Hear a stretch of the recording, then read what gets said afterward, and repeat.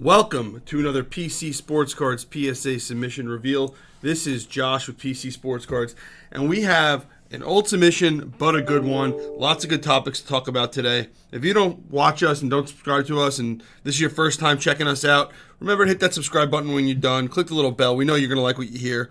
We put out videos like this every week, almost every day of the week, whether it's a PSA reveal, PSA cards going to PSA, some consignment stuff, or just some hobby information. We're putting a lot of content out there, and we want it to be interactive. We want you guys to tell us what you like, don't like, agree, disagree with, everything. Hell, if you don't like it, hit that thumbs down button. I don't care.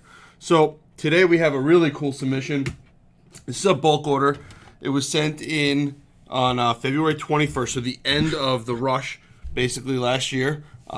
It took 2 months for it to get marked as received, and we just got it back. So it's 16 months all around. Gage Workman of 99.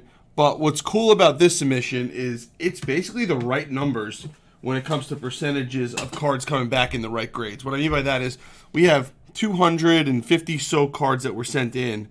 68% of the cards came back as a PSA 10. 28% of the cards came back as a PSA 9. So 96% of the cards came back as a 9 or better. And that's a little bit higher than the 92 or 93% we're used to. Yes, it's an ultra-modern submission. Yes, we know these cards are easier to grade. But that's exactly why we always say don't pay somebody to look over your cards. Right? This is the submission why. We say the goal is 70 to 75% as a PSA 10. The reason we say that is if you're going at 100%, you're probably leaving 10s out. If you're going lower, you don't know what you're looking for. So if you're in that 70 to 75% range, you're probably not leaving any 10s out, and you're getting all the right cards in. So as we normally do, we have 6 topics to talk about today. We're talking about some cards that are overgraded, some cards that are underappreciated and therefore undergraded, and some potential new ideas on what to send in and how to handle the current market that we're in. So that's really what we're going to be talking about today. It's going to be a fun one. Going through this submission, I saw a lot of cards that we don't see a lot of. We're going to touch on topics that we've touched on in the past because repetition will help. And some people, this is your first time checking us out, and we want you to hear what we have to say. Jordan Love, back in February of last year, this was a great card to send in. Still a profitable card. Remember, 2020 Prism is a really tough grade, and we got a lot of 10s on those right now. Mahomes Brilliance, Rogers Brilliance, Swift Disco. And our first topic is going to be Jonathan Taylor. We're talking about Jonathan Taylor. We have 3 Jonathan Taylor cards. 2, actually? Okay, just 2. One's an 8 and one's a 10, right? But let's look at the pop report. Pop report's on the bottom of the screen, right where my pointer is right here. 731 are 9s and 515 are 10s. So we're going to see a huge value jump for a 10, right? So $4.37 for a raw card. $90 for a 10 and $23 for a 9. So if I'm going to spend money grading these cards, first of all, I'm not spending this was $15 a card, so even the 9 made money, the 8 might break even. The 10 is killing it, right? But you could start buying these cards for under $5 a card. You could probably go to a show, pick out well-centered ones without even looking into them so deeply. Look over the back real quick, see if you got a 9 or a 10, and start that stash pile, right? I'm going to leave these stats up while we talk about it, but start that stash pile. There's going to be cards that we're going to see that are $3 to $7 raw, that if you know what you're looking for when it comes to a pop report and you're grading the right players, one of the things that we always talk about, you could stash these cards for when PSA drops that price again. Now, what are they going to drop it to? We don't know, but they're going to drop it. At some point it's going to have to come down. I don't know what, I don't know when, I don't know any of that. But if you can have these cards ready for a $20 level, and you could be making money or breaking even with a 9. Like, breaking even with a 9 is a good thing because you're going to get some 10s, right? Unless you have no idea what you're doing. So, and people are going to look at it and say, I don't want a risk of a 9 on any of these cards, so I'm just going to sell them all raw. You're going to have the chance to find good cards in good condition that you can grade and make money on at that $15 and $20 level. That's going to be a big turning point when something like that opens up. Because if something like that opens up, all these cards that we're seeing right now, the 9s might be a decent enough buy where people will grade them. Again, we saw this flow in 2021, 2020, where it got overexploited and everybody thought that they were the only ones grading those cards. Guys, here's breaking news. You're not going to be the only one grading those cards. Other people are going to do it. So that's why you can't just stick with what everybody else is doing. Nice gold mosaic. 10 of 10, Julian Edelman. Cool card. You have to be smarter. So you have to know what to pick out. And in reality, you need to know how to look for cards to pick out, how to do the research to find the cards. And just so you know, little plug for the videos here, we're probably one of the only people that do videos of cards that are going out. We're probably one of the only people that's sending out 1,000, 2,000, 3,000 cards a week right now, even at $30 and higher values. When it gets to 20, I'm going to bet we'll be sending 5, 6, 7, 8,000 cards a week again. So this is where you can get that information of what other people are doing. When you know what other people are doing, you could adjust to what they're doing. You could adjust what you're doing to something else. You could say, hey, I'm seeing all of this card go in. I'm not going to spend my money on that. But what's a similar card that I could send in? If everybody's sending Herbert and Burrow and Tua and Trevor Lawrence and Fields and all those guys, maybe I should be sending in Najee Harris. Maybe I should be sending in A.J. Brown. Maybe I should be sending in some of those receivers and running backs that are going to be undergraded, but people still want their cards graded, right? So you have to be able to take the information, and then you have to figure out how to use the pop report to use the information, right? You don't want to be a sheep following, because what happens is 10, 20, 30,000 of these cards get graded. And when those numbers pop up for some of these cards, there's going to be absolutely no chance for you to make money. So you're going to be waiting around again, and you're going to be, like we said a couple videos ago, you're not going to have learned your lesson. Like the people that are still sending in Wander Franco base cards, don't do it, right? They didn't learn their lesson. They're doing what everybody else is doing. You cannot do that and expect to make money in this hobby. So while I say that, let me remind you, we talk about 3 different types of buying and selling on this channel. First is collecting. Just buy what you like, collect what you like, grade what you like if you want it graded. Usually try to do that at the cheapest possible level because you're not selling it and you're not in a rush to get it back. Speculating, that's really what we talk the most about, because most of the purchases, especially the grading purchases, are speculative buys. You're buying to send the cards in to hopefully get them back in time to make money on them. That's very speculative. And investing, again, investing's more like collecting, where I'm not really in a rush to get it back. By the way, guys, watch this run. I think starting with that Trae Young card, just watch this run. It's all Chronicles, right? We're going to see a ton of Chronicles right now. And a lot of submissions from February are going to look like this, right? So investing similar, where it's like, I don't need that card back. I'm not trying to time the market. I think I got a good buy. I think it's a long-term card. I may need to spend more money because of the value of the card, because of the declared value, but that's really the only reason. More PSA 10s. We got Giannis. Guys, and just so you know, guys and girls, we have all of the ways to follow us. Instagram, Twitter, we don't tweet a lot. Our eBay store and our website, PCSportscards.com, all on there. If you guys are looking to consign cards, all those first cards, the first 40 cards that I showed up to the Barrett Blue, are all on consignment, graded to consignment. That person is just making money, making bank on this order, right? $15 a card. That Jonathan Taylor PSA 10 is going to pay for 8 cards. There's a lot of good stuff in there that's going to pay the Herberts, the Burrows. He's gonna end up getting money at the end of the process from us. Hunter, look, this is the type of player that you don't want to be sending in now. PJ Washington, you want to send in guys that you think could be the guy, the man on their team. Keldon Johnson has a shot of being the guy for San Antonio. You want the guy that's going to be number 1. You don't want the number 2 or number 3 players on those teams. All right. Moving on, more Kobe White. Who sent in Kobe White cards in the last couple years? These are probably like $2 as PSA 10s now. All right.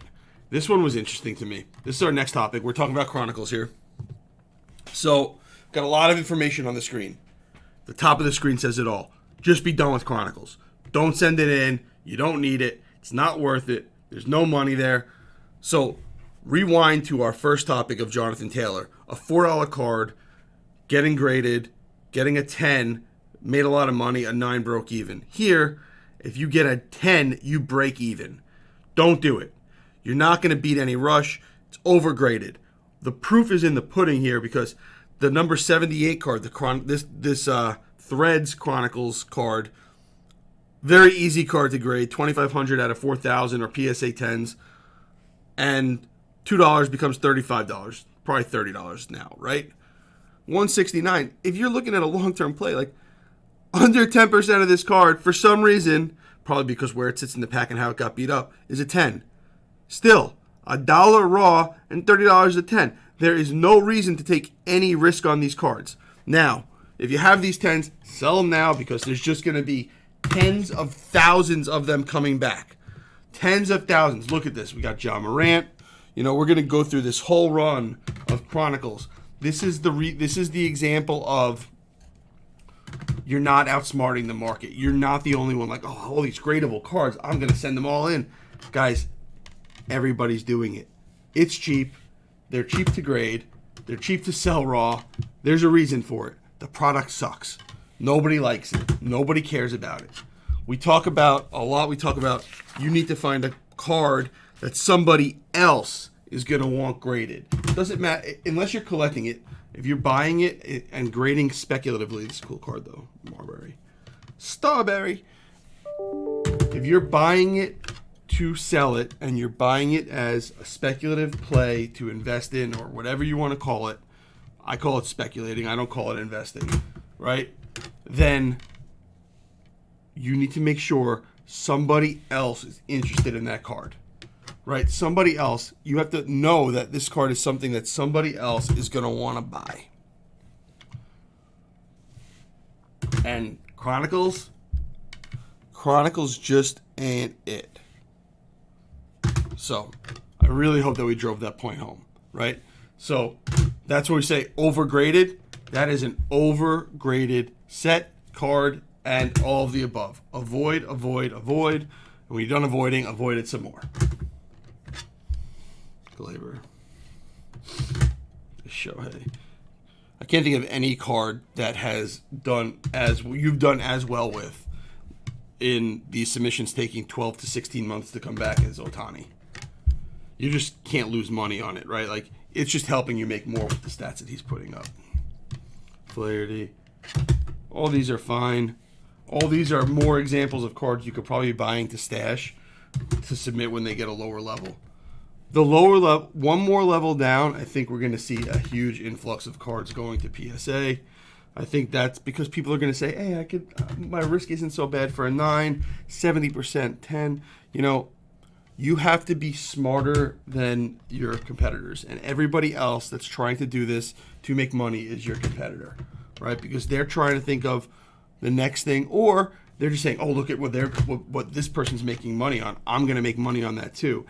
And those are the ones that in the long run will lose. You have to be able to use your brain. You just have to. Gurriel. So Baseball Chronicles, like, come on. Ugh. Soto SI for Kids. Luciano.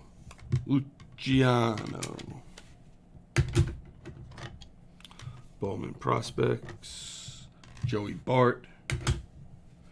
Now, this may be a personal preference for me, but I love SPs. I love grading them. I love selling them. This is a relatively easy card to grade, 70 out of 90, or PSA 10s. That's a huge percentage. $25 raw. And the last sale, now mind you, this was a while ago, January. Hasn't had a great season, so $243, probably not worth that. Right? Last sold price $264. The card ladder value $243. I'm guessing it's $200 to $225 for the next one, but it's only a $25 card raw. and it's a PSA 10 and a relatively easy grade. So SPs are great, guys. SPs are how I started grading and flipping cards. No joke. The first card that I really killed with grading and selling was the 2015 or 16, I forget what year it was, Topps Carlos Correa Dugout SP. I would buy that card for $10, $20. I would spend $6 or $8 grading it with BGS because I wasn't doing a lot of PSA then. I was doing more BGS. I would sell it for $75 if I got a 9.5, and I'd sell it for about $140 to $150 if I got a 10. Then I would go and I'd buy 3 or 4 more and do the same thing. Then I'd go and buy 3 or 4 more and do the same thing. I would do that. Oh, I probably sold about 20 or 25 of those things. Every time I sold one, I bought 3 more. The difference was because I would sell the $20 card for $75, I'd buy 3 more, right? So that makes sense. And then I'd use the $18 for grading. It was like $6 for grading, and I'd get the cards back in 20 days. So there was obviously a much different market than there is now with grading and waiting a long time. But that doesn't mean the opportunity doesn't exist, right? You just may need to buy more up front, or you may need to spend a little bit more for the grading. Like your margin, but the margin might end up being the same, right? 63 to 240, or I'm sorry, 25 to 240. That's a crazy difference. But I love the idea of grading SPs. Let me know if you guys think it's a good idea. Let me know if you do it. If you haven't done it, after seeing those numbers, is that something you're going to do? People are set collectors, player collectors. There's different types of, there's those different insert sets. Now, I'm not saying like Babe Ruth, fake short print, or Lou Gehrig. I'm not saying those. I'm saying the variations of the young stud players or any stud player. I mean, I think in 2014 they had or 2011 they had the sparkle on the cleat or the sparkle on the bat. Those were hot. Those were super, super hot. Tiny little difference, but complete rarity because of it. So that's the kind of stuff that I really like to grade. Like this Montgomery Club stuff is cool because it's limited, but like everybody's grading it, right? It's not hard to find those to grade them, especially if you're in the Montgomery Club. But I love the idea of grading variation short prints of stud players. I think that there's a huge market for it. People don't want to deal with finding the card, right? So that's the exact point, right? The idea is that you want to find something that somebody else wants graded. People don't want to deal with finding that card and then grading it and doing it. But and like that kind of money for that kind of card isn't a big deal to somebody, right? Somebody's willing to spend it. You're not looking at $1,500, $1,800. And like, guys, if you pay $30 for the card raw, pay $30 to grade it, and get $200 out of it, you just made $140, right? You do that 10 times, you made $1,400, right? You do that 10 times, you missed 2 of them, you made $1,000, $1,200, right? Like, there's money to be made there, and especially when you could look at a pop report and say these are cool, and say this is a relatively easy card to grade, right? 68 of 92 or whatever it was. To me, that's saying, hey, I can grade this card, and I don't need to worry. And by the way, if you didn't look, a PSA 9 is profitable too. So you may not kill it, but you're still going to make something, right? So that's the stuff. And by the way, those are perfect stash cards, again, for the $20 level. I would love those cards in the $20 level. Lime green, numbered of 149, 007 of 149. Ugh. Premium stock can go and join our friend Chronicles, in my mind. These are the 2 products that broke the camel's back when it comes to grading. There's no doubt about it. These are the 2 products that broke the camel's back when it comes to grading. Everybody thought they were the one that was going to outsmart the market, and they were the one that was going to send in all of these products. Oh, these were the 2 products that really killed it. Gold Pulsar. Ugh, I hate just looking at those cards. Chase Young, Justin Jefferson. Not getting any 10s on these, but still, these are good cards to be sending in. I like the idea of a lot of these cards. CD Lamb, this is probably a good one. Jalen Hurts, 9s and 10s across the board. 9s and 10s. Seeing all of these 9s actually makes me want to look at Optic Preview or Optic to see what the normal pop report is. I haven't done it yet, but it makes me think that there might be an opportunity there. Burrow, Tua, Herbert, Donruss Optic Preview. And this is something that, so yesterday I was at a golf outing to celebrate my friend who was elected into our high school athletics Hall of Fame. And a bunch of my friends there actually collect cards. We talk about it a lot. They came across my podcast, my YouTube stuff, and they're like, holy crap, I know that guy. It was really funny when we first started talking about it and found out. They're like, I don't want to spend $300 on a PSA 10 Prism. What can I buy of like a young quarterback? I said Donruss is probably good, probably like $100, $115, $125, and I was right on. You know, $35 raw, 5,000, like 66% PSA 10, and 115 as a PSA 10. Like, this was a great card to send in. I wouldn't send it in now because you're not going to get it back in time, but I would find these for 30. If I could find these for 20 to 30 bucks raw, I would definitely start putting these in that $20 stash pile, because the PSA 9 price, it's always gonna be something that like somebody is willing to and looking to buy, right? I don't know if I'd go Donruss or Donruss Optic. I personally would stick to Prism, but if you're looking for that $100 price point, those are good products. Select. There's a lot of products out there where you could put those away. Are they going to be long-term great investments or plays like that? I don't think so. There's just going to be so many of them graded. You know, we're already looking at 7,000 graded. That's going to be 10,000 by the time the pop report finishes, the backlog finishes, and then more people will send them in.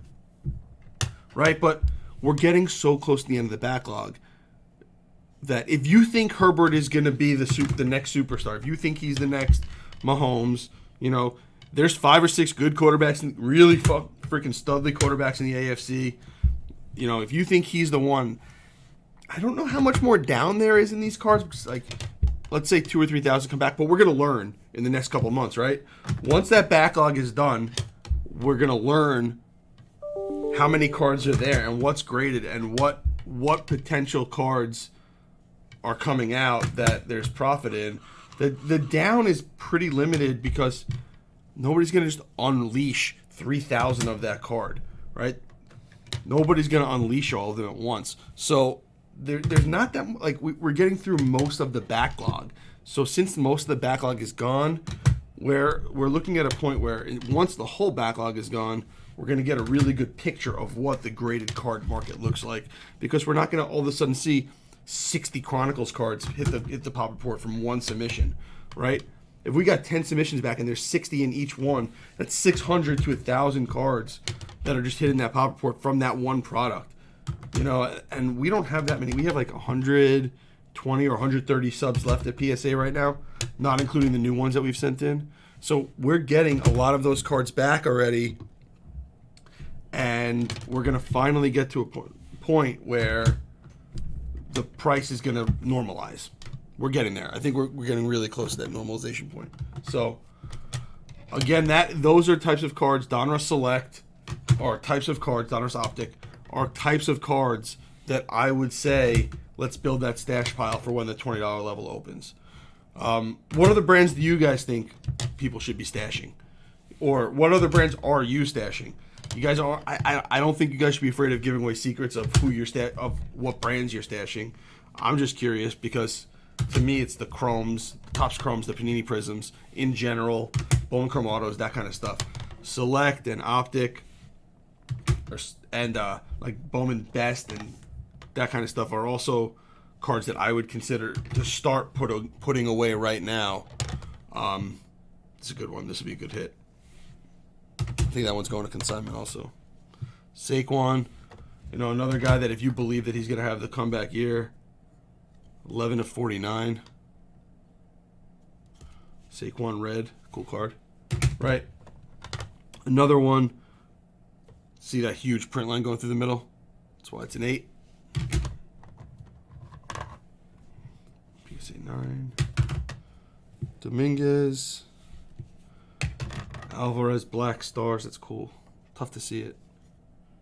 100 of 125. Great Expectations. Acuna Optic. You may have seen me flash this up there by accident before. Are non-licensed cards worth it? I mean, looking at these numbers, the answer is no, right? Under 50% gem rate, and you're breaking even with a 10. So no, maybe if you think you can get it for 20, but like there's a reason that only 400 are graded, and they're still not worth it, right? That shows how that's the perfect example of there's nobody that act like you may think, oh, I'm going to grade every Acuna. There's nobody that wants that card graded, therefore it's not worth grading. Now, if you want to collect, it may be if you may want to put like, oh, I want rookie cards of Acuna that are PSA 10s. It might be a good card to buy because nobody else is bidding against you, right? So, but I don't see any value in submitting that kind of card for grading. Kyle Lewis. We got one more topic left, guys, and we're getting towards the end of this video. Really appreciate everybody sticking around. If I earned it, hit that subscribe button, click the little bell. We'd love to get you on the channel. We'd love to get you watching the videos, hopefully helping you learn what cards to be submitting, but more importantly, giving you the skills to figure it out yourself, right? We're big believers in providing the skills and not telling you what we think you should do. Obviously, everybody has their own opinion on that kind of stuff. We just want to give you the tools and tell you what we like. Like, I know this got a 9. I love grading cards like this. I think the Trout, anything Trout, like, I love it. I just think it's worth grading. Again, I'll go back until we get to this next card and reiterate the fact that I love grading SPs. I think it's a great model to start, especially if you're just getting started, right? Especially if you're just getting started. You can usually wait till they die down. Like usually when that kind of stuff gets more Chronicles, when that kind of stuff gets released, it's really hot and then it dies down and then you can pick it up cheap and somebody still wants it graded. Somebody still wants that card graded, always. And you might be the only one that has it at the time. Kellenic, Eloy. And our last topic, the mega boxes. Mega boxes equal money, guys. So, as you can see, 80% of these are 10s, right? 80% of the mega box chromes are 10s. Yep, the market says it also. You make money with 10s, and since it's such an easy grade, you lose money with 9s. That is realistic. If it's so easy to get a 10, why am I paying more for a 9 than a raw card with the opportunity to get a 10? So, to me, that's showing a really solid market. If you're making money with 9s on this kind of card, and most of the cards are a 10, then the market is really silly and is gonna fix itself. To me, this shows an opportunity to buy these cards and grade them if you know what you're looking for. Again, most of them are going to be 10s. Most of them are going to be 10s. Not the same as the Topps Chrome Luis Robert, but most are going to be 10s. So make sure you know you're getting a 10. Look that card over well. Look at the corners. Look at the back. Send it in. Make your money, right? Send it in and make your money. So I'm actually really happy seeing that it's lower as a 9. So, all right, guys, that's getting to the end of this video. Really appreciate you guys staying with us, and look forward to putting more out. Here's another Juan Soto SP PSA 10 from 2020 Topps. So we have the 2019 and the 2020 Topps Soto SPs in here. I would be buying this card up left, right, and center, guys. Raw, I would be buying it up left, right, and center. Thank you so much, and I look forward to the next one.